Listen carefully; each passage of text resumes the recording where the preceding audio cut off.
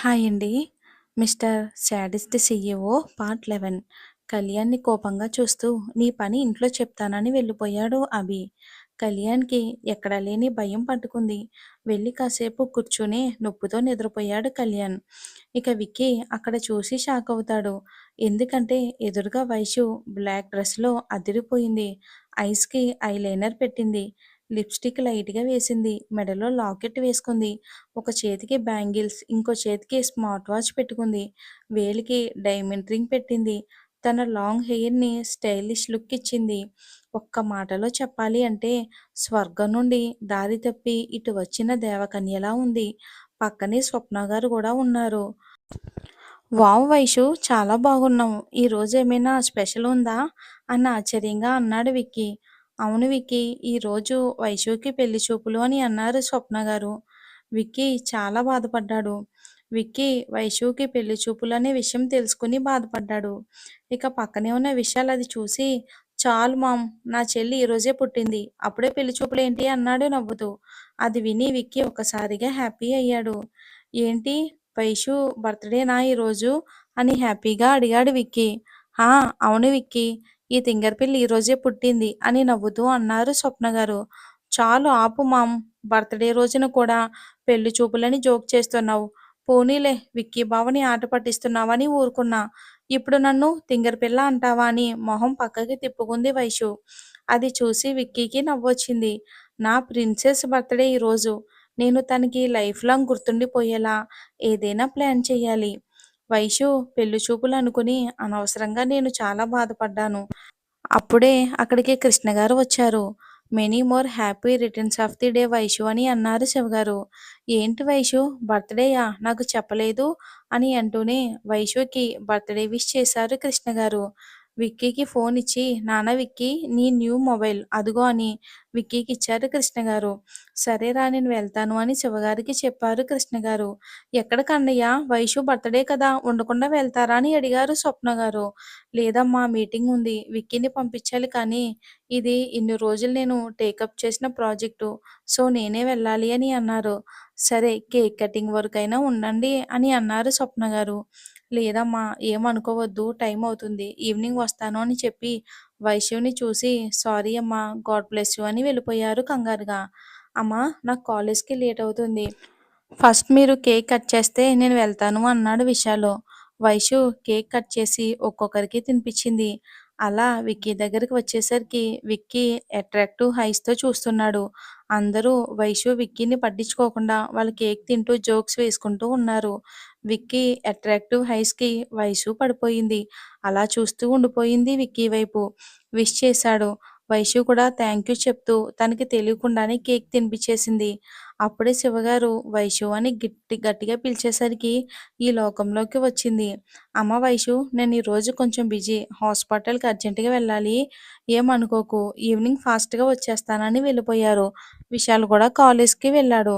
ఇంట్లో వైషు, విక్కీ అండ్ స్వప్న గారు మాత్రమే ఉన్నారు.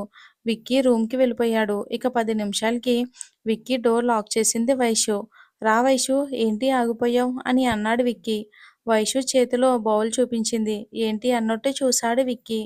పాయసం, అమ్మ ఇవ్వమని పంపించింది అని చెప్పి బౌల్ చేతికి అందించింది. వైషు, ఈరోజు నన్నేమీ ఎందుకు ఏమనట్లేదు అని అన్నాడు విక్కీ డౌట్గా. ఈరోజు నా బర్త్‌డే కదా, అందుకే ఎవరిని ఏమీ అనను. ఎందుకంటే అలా అంటే వాళ్ళు నెక్స్ట్ టైం బర్త్‌డే విష్ చేయరు కదా అని అంది. విక్కీకి నవ్వొచ్చింది. ఇంత తింగరదేంట్రా బాబు అనుకున్నాడు. సరే, ప్లాన్స్ ఏంటి ఈరోజు అని అన్నాడు. నథింగ్ అని అంది డల్‌గా. బయటికి వెళ్ళే ప్లాన్స్ ఏమీ లేవా అన్నాడు విక్కీ. ఆ, హ్యాపీ ఫేస్‌తో. ఆ, నాకు వెళ్ళాలనే ఉంది, అందుకే కాలేజ్‌కి కూడా వెళ్ళలేదు. బట్ డాడీ వెళ్ళిపోయారు కదా అని అంది. ఓకే అన్నాడు. వైషు కూడా వెళ్ళిపోయింది. విక్కీ కిందకి దిగి స్వప్న గారితో ఈరోజు వైషు బర్త్‌డే కదా, బయటికి వెళ్దామని అంటాడు. వైషుతో బయటికంటే నైట్ అయినా కూడా ఇంటికి రావడానికి ఇష్టపడదు. నాకంత ఓపిక లేదు బాబు, మీరిద్దరూ వెళ్ళండి అని అంటారు స్వప్న గారు.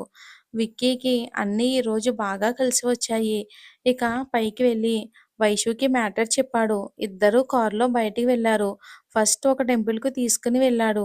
అక్కడ చాలా పీస్‌ఫుల్‌గా అనిపించింది ఇద్దరికీ. ఆ తర్వాత ఒక షాపింగ్ మాల్‌కి వెళ్లారు.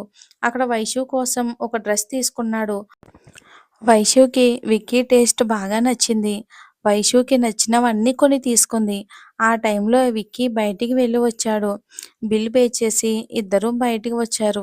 ఇక ఒక రెస్టారెంట్‌కి వెళ్ళి వైషు కోసం తన ఫేవరెట్ ఫుడ్ అంతా ఆర్డర్ చేశాడు. వైషు ఒక్కసారిగా అవన్నీ చూసి షాకయ్యింది.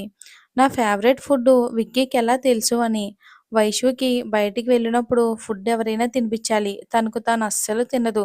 అది ఫస్ట్ నుంచి హ్యాబిట్‌గా మారిపోయింది. ఇప్పుడు తినాలి అంటే తన వల్ల కావట్లేదు. విక్కీ అది చూసి వైషుకి తనే దగ్గరుండి తినిపించాడు. విక్కీకి వైషు గురించి అన్నీ తెలుసు. ఎందుకంటే విషయాలు కావాలనే వీళ్ళు మాట్లాడుకునే టైంలో వైషు టాపిక్ తెచ్చి అన్నీ చెప్పేవాడు. ఇక బర్త్‌డే మాత్రం కావాలని చెప్పలేదు. విక్కీకి సర్ప్రైజ్ ఫీలింగ్ కావాలి అని. వైషుకి విక్కీ కొత్తగా కనిపిస్తున్నాడు. ఇన్ని రోజులు నేను ఇలాంటి వాడి మీద కోపం చూపించానా అని అనుకుంది. ఫుడ్ కంప్లీట్ అయ్యాక ఇద్దరూ మూవీకి వెళ్లారు. విక్కీ టికెట్స్ తనే దగ్గరుండి తీసుకుందామని అనుకున్నాడు వైషు కోసం. టికెట్స్ కోసం వెళ్ళాడు. వైషు విక్కీ గురించి థింక్ చేస్తుంది.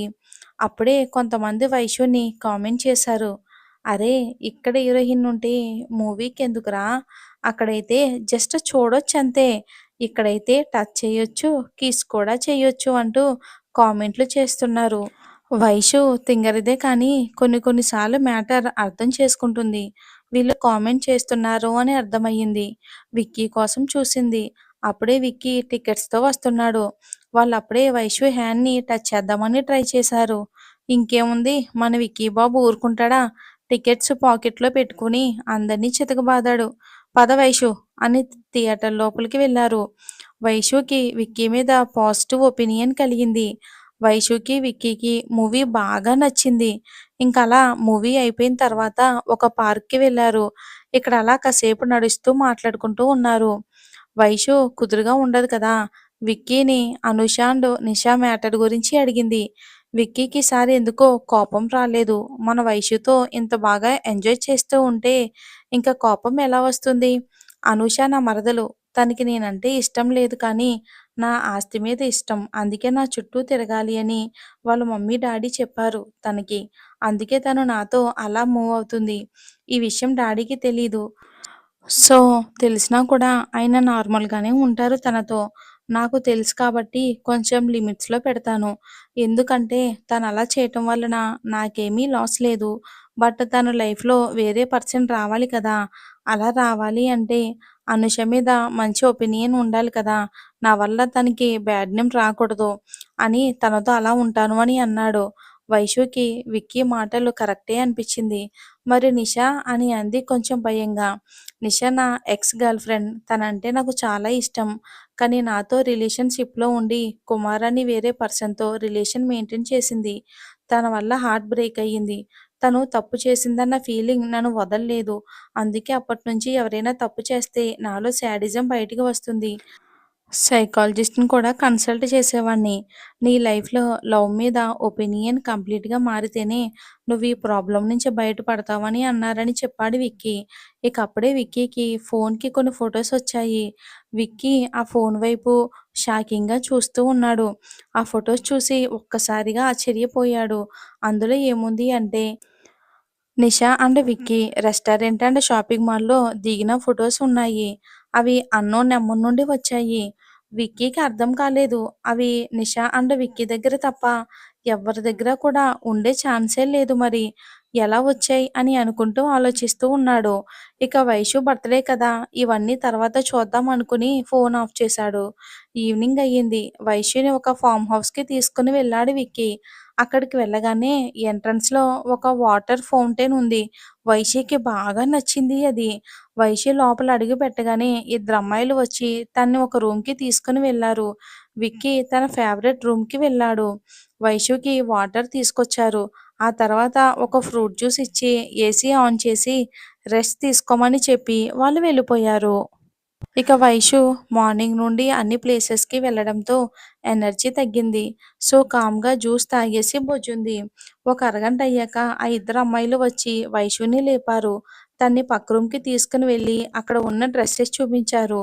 వైషుకి నచ్చిన డ్రెస్ ఒకటి తీసుకుంది.